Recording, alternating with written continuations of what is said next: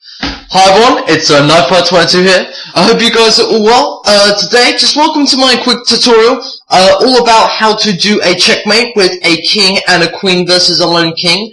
I just thought I'd do this video just because I've seen many decent players, online and in school, actually promote to a queen and actually don't know how to do the checkmate and end up losing on time or by a stalemate position, just because they do not clearly know how to do a quick and efficient checkmate with a king and a queen. So what I'm going to do is I'm going to run you through one example and just some techniques which will quickly seal off the squares for the enemy's king, and will lead to a checkmate. So in this position it is black to move.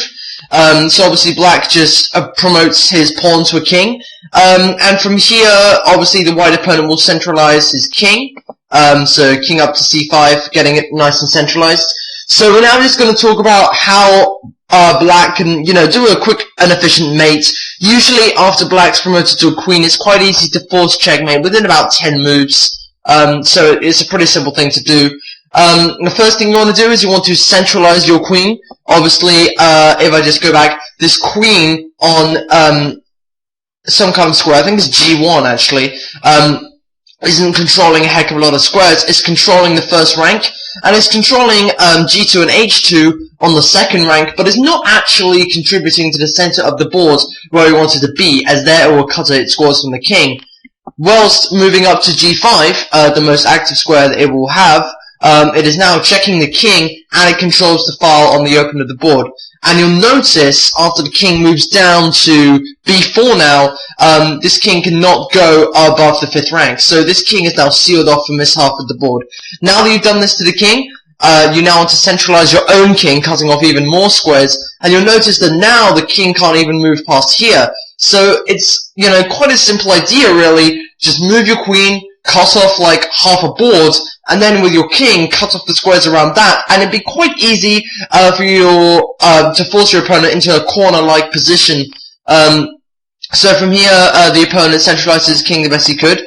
But now, if you notice with the move queen down to e5 now, d5 now, this whole rank is cut off now, and the king has fewer squares to go to. It's just this tiny little box down here. So the king has to move back.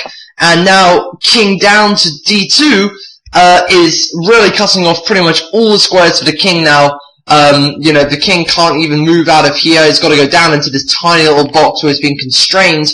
And once you've got the king on the first rank, it's pretty simple.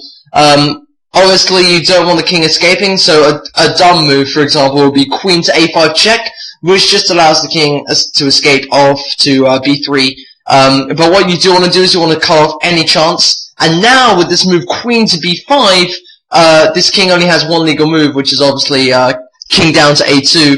But it cuts off the whole of the second file for the king now, so he can't even move out of that second file. So the king is forced down to here. And this is where many people do sometimes make a stalemate position by mistake, or if they're in tight time controls cannot find the checkmate appropriately. But you just need to move your king in another square, and you'll notice this king either has to go to a1 or a3, and whichever one he chooses, you can take your pick. It's going to be a pretty easy mate, because obviously when you got the queen right next to the king, when the king is on the side of the board, as long as your as long as your own king is supporting it, it's going to be quite easy to do the checkmate. There is another checkmate structure which I could have gone through, which is basically just where you have the king facing the queen like that, and you actually could have brought the queen over here. That would have also been a checkmate. Alright, so thanks very much for watching, everyone. I've been Knife22. I hope you found this tutorial useful. If you would like another example, please contact me, post me in the comments. I do not get many, so I will be happy to reply. I wish you good luck with playing your endgames, and I'll see you next time. Goodbye, guys.